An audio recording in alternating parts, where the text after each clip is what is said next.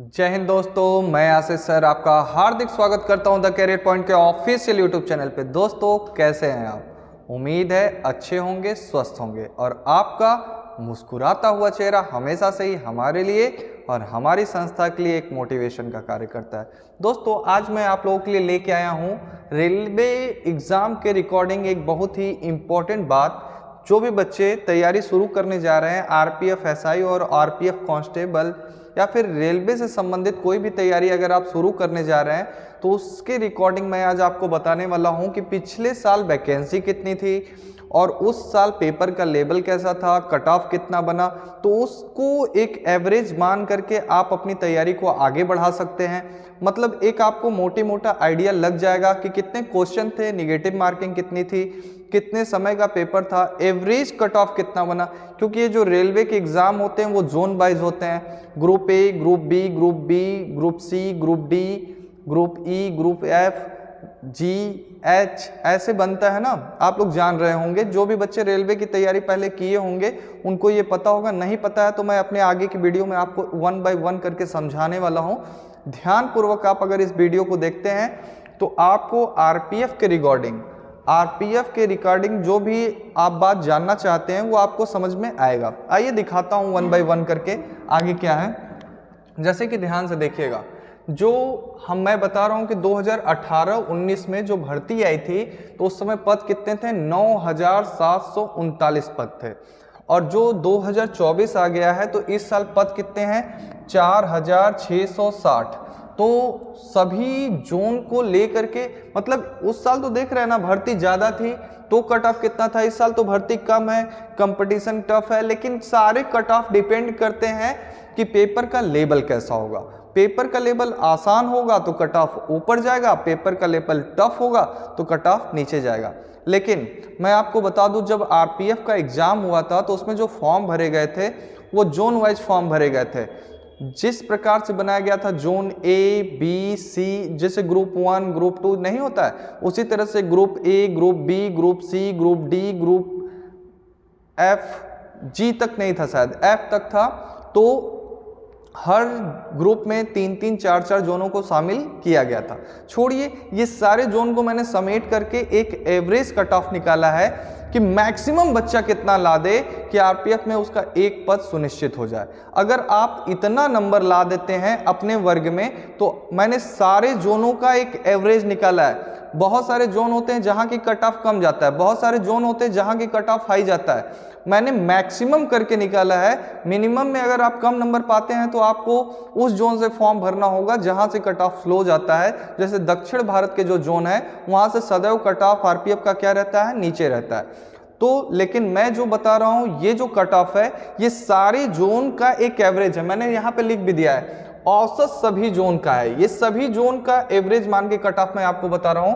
जैसे कि सभी जोन का एवरेज निकालने के बाद मेल कैंडिडेट ने, अगर जिन लोगों ने लगभग 90 क्वेश्चन सही कर दिए थे, 90 क्वेश्चन सही कर दिए थे काट पीट करके, तो उनका सिलेक्शन हो गया था आरपीएफ में।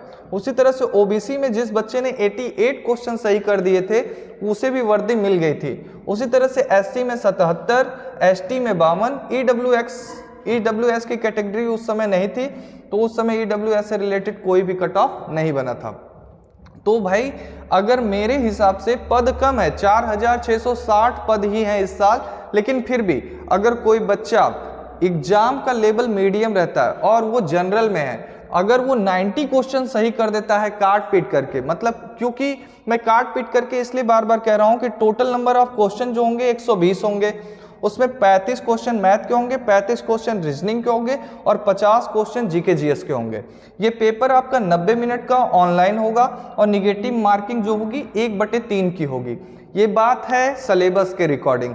तो ये जान लीजिए कि जो फीमेल है, जो महिला कैंडिडेट होंगी जो आरपीएफ में शामिल होंगी, पिछली बार जिस भी लड़की ने 62 क्वेश्चन से ज्यादा जनरल श्रेणी में, अनरिजर्व कैटेगरी में 62 क्वेश्चन से ज्यादा प्रश्न सही कर दिए थे, उनका चयन हो गया था। ओबीसी में 60 प्रश्न से ज्यादा सही करने वाली लड़कियों का आरपीएफ में चयन हो गया था। एससी में 52 प्रश्न से ज्यादा सही करने वाली लड़कियों का चयन हो गया था। एसटी में 43 प्रश्न से ज्यादा सही करने वाली लड़कियों का हो गया था चयन। ईडब्ल्यूएस की कोई कैटेगरी नहीं थी तो कट ऑफ भी नहीं बना था। तो इस कट ऑफ को देख करके 2024 के कट ऑफ का यही अनुमान हम लोग लगा सकते हैं कि अगर कोई बच्चा अगर यूआर में है और इस साल उसको आरपीएफ का पेपर देना है, तो मेरे हिसाब से अगर वो 90 क्वेश्चन बना देता है सही काट पीट करके, तो उसका चयन आराम से हो जाएगा। अगर वो ओबीसी में है और वो 87 क्वेश्चन बना देता है सही तो उसका भी चयन हो जाएगा। अगर वो एससी में है तो भी उसका चयन हो जाएगा, अगर वो 75 क्वेश्चन सही बना देता है। अगर एसटी की बात की जाए तो एसटी में अगर वो 52 से 55 क्वेश्चन मैक्सिमम अगर वो सही कर देता है तो भी उसका क्या हो जाएगा, चयन हो जाएगा। इस बार एक नई कैटेगरी आएगी आप लोगों के सामने जो होगी ईडब्ल्यूएस, जनरल स्टडी में 10% आरक्षण। अगर कोई व्यक्ति 85 क्वेश्चन सही बना देता हो और वो ईडब्ल्यूएस में है तो वो भी इस बार क्या हो जाएगा, चयनित हो जाएगा आराम से। ये मैं एक अनुमानित डाटा आपको बता रहा हूं। अगर आपने पहले कभी भी रेलवे का एग्जाम दिया होगा तो आपको ये मालूम होगा कि जोन वाइज कट ऑफ बनते हैं। ये एक एवरेज कट ऑफ था, अगर आप इतना नंबर पा जाते हैं तो इस बार आप चयनित हो सकते हैं। समझ में आ रहा है?